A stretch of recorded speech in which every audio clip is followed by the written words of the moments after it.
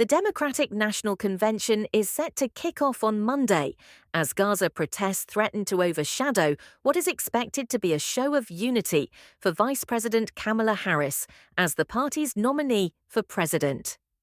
The Harris campaign is hoping the Chicago Convention will serve as a jubilant celebration following President Joe Biden's abrupt exit from the race in July.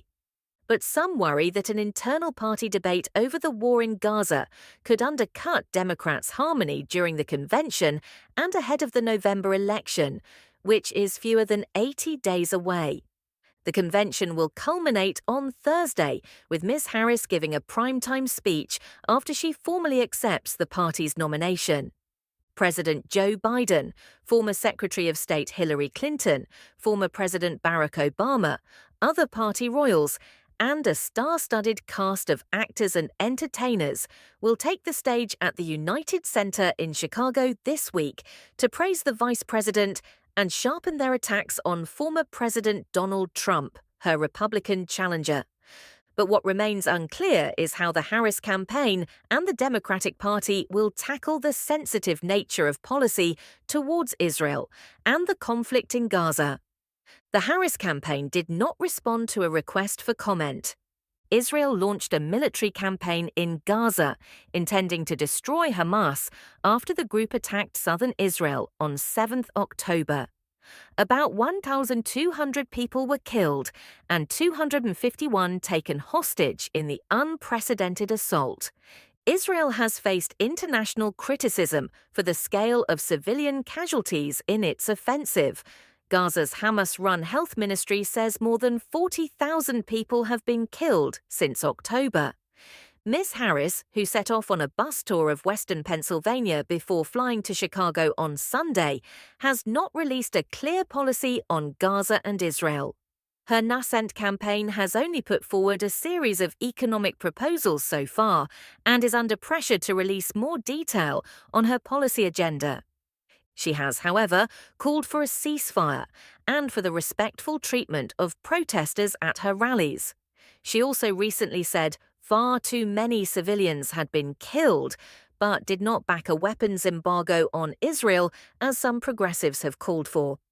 Opposition to the Biden administration's handling of the conflict caused more than 750,000 people to vote uncommitted rather than for any specific candidate during the Democratic presidential primary earlier this year, raising concerns that these voters might stay home or cast their ballot for a third party.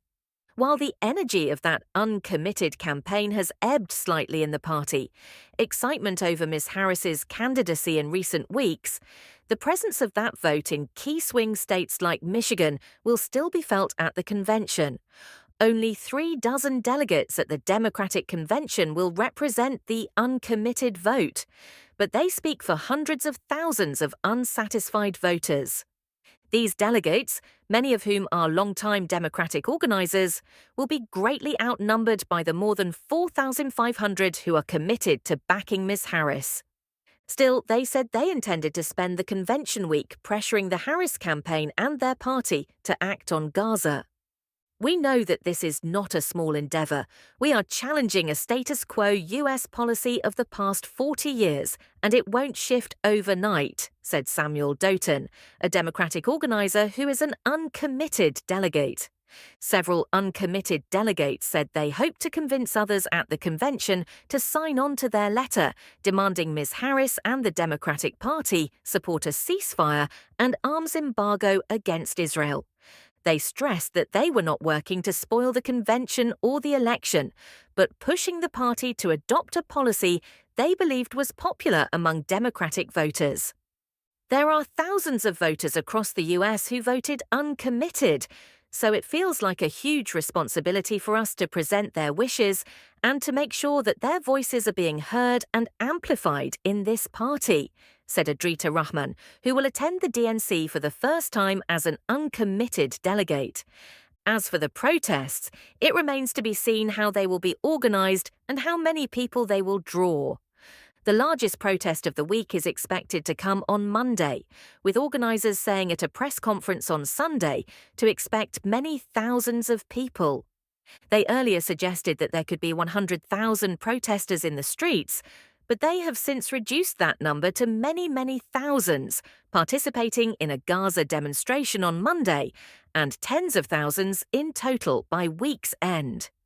Ms. Harris had earned some goodwill from Gaza protesters, as she was one of the first members of the administration to call for a ceasefire and express a sharper opinion of Israel and Mr. Netanyahu. But many have said that the vice president's honeymoon period is over.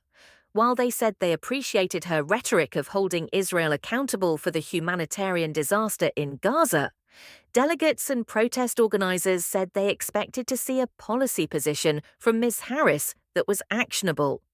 "I think the people inside the DNC need to know that they have some very unpopular policies. We're here to tell them," said protester Irene Alikakos at the week's first protest on Sunday, which consisted of a few hundred people near Chicago's Trump Tower.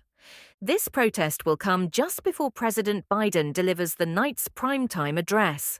He is expected to tout his accomplishments and emphasize the importance of the election.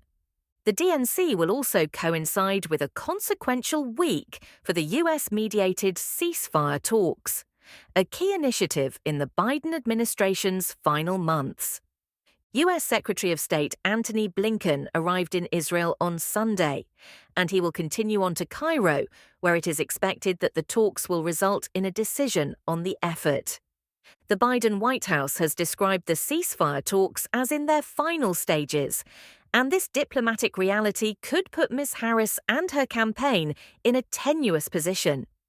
As a current member of the US administration, it is difficult for her to stray from President Biden's position on Gaza under normal circumstances.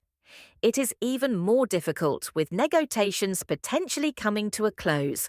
Some close to her have said that, either way, a significant policy shift will not be forthcoming. Haley Soifer, who was Ms. Harris's national security advisor in the Senate, said there was no daylight between Ms. Harris's views and Mr. Biden's. "Her policy, which is the policy of this White House, is not changing," said Ms. Soifer, who now leads the Jewish Democratic Council of America. Subscribe for more.